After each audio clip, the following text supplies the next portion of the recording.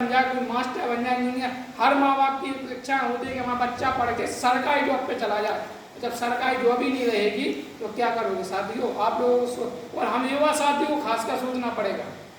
हमारे जो बूढ़े बुजुर्ग हैं उन लोगों ने जो पेड़ हमें लगाए थे, आपको भी जानकारी होगी, जो उन्होंने हमारे लिए पेड़ लगाए थे वो तो हम फटका रहे हैं, लेकिन हमारा लगा हुआ पेड़ अगर हम नहीं लगाएंगे यार।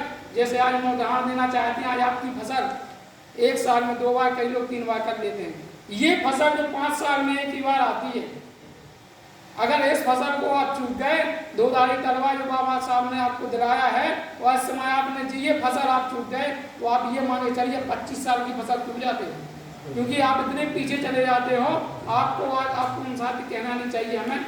आज हम लोगों को विचार करना चाहिए कि मानवा काशीराम साहब ने तो चला बहन जी जिस समय घर से निकली उस समय आप साथियों में आपसे कहना चाहता हूँ कि जब बहन जी उस समय अपने मैदान छोड़ कर निकली थी, आज महिला देख लीजिए। 30 साल पहले तो चलो ठीक है, छुआछूत थी, अपन को जो है सर पे मल लेके चलना पड़ता था, चप्पल हाथों में लेके चलना पड़ता था, जमीन पे बैठ के खाना पड़ता था।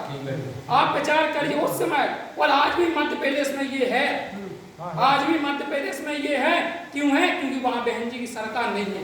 और जिस दिन बहन जी की सरकार मध्य प्रदेश में बन जाएगी साथियों, मैं आप वादे के साथ कह सकता हूँ, वहाँ भी ये जो हम लोग आज बैठ के आपसी में खाना खा रहे हैं ना, जो समझौता बना है, ऐसे समझौता मध्य प्रदेश में भी बनेगा। और अगर आज साथियों हम लोग नहीं जगे, ये संविधान बदलने की बात कर रहे हैं, ये सोच के चलना आप लोग ये मत समझिए, क्योंकि हमारा जो मत का अधिकार है जो बाबा साहब ने दिलाया था, वो आप लोग जैसे कहावत नहीं कह रहे, जैसे मान लीजिए उनका एक सबसे बड़ा वो ये है कि जैसे हम जनता को नोच के खा लें।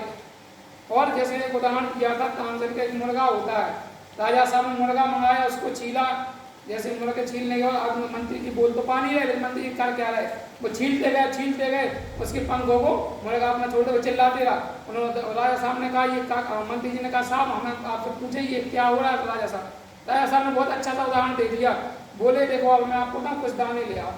बोले ये चिल्ला रहे थे, ये हमारे पास आएंगे। उन्होंने वो दाने डाले तो मुर्गा जो थे वो उनके पास चल के आने लगे। तो उन्होंने कहा यही जो जनता है, यही काम भारतीय जनता पार्टी कर रही है कि हमारा वोट लेके, हमारा नोट लेके वो हम लोगों को बेवकूफ बनाया जा रहा है। आज किसान की जो है दुर्दशा देख लीजिए, 1 लाख का केसीसी लिए हैं, उसको तो माफ नहीं कर रहे। 38 उद्योगपतियों का पैसा, 38 उद्योगपतियों का पैसा 1,84,000 करोड़ रुपए माफ कर दिया गया। 1,84,000 करोड़ रुपए। आपको सोचने का विषय है, 1 लाख अगर किसी किसान ने ले लिया तो उसको फांसी लगाने की नौबत आ जाती है साथियों। कई बार हम लोगों ने सुना है पुराने किसान खत्म हो गए, दिखाने ये। तो आप विचार करिए, ये लोग इनकी मानसिकता, अभी इन्होंने 2 रुपए सिलेंडर में खर्च किया, कम किए क्योंकि चुनाव आ गई ना कोई कहानी।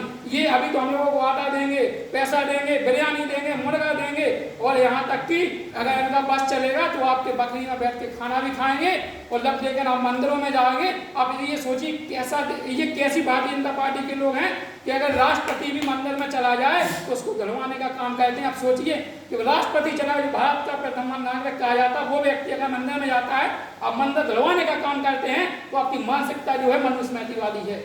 आज भी आपके मन में वही बैठा है कि हमें ये शासन प्रशासन मनुस्मृति से चलाना है। तो साथियों मैं इतना ही कहना चाहता हूँ आप लोगों से कि हक शिक्षा अधिकार चाहिए, हक शिक्षा अधिकार चाहिए, सुरक्षा रोजगार चाहिए। बहुत हो गई हवाई मोदी जी, अब केवल उत्तर प्रदेश में बहन जी की सरकार चाहिए, हमें केवल बहुजन की सरकार चाहिए, बहुजन की सरकार चाहिए। जय भीम, जय भारत। बहुत बहुत धन्यवाद भाई रमनीत जी, जो आप सबके बीच में इतने विस्तार से आप सबके बीच में बात रखें। एक खुली हवा में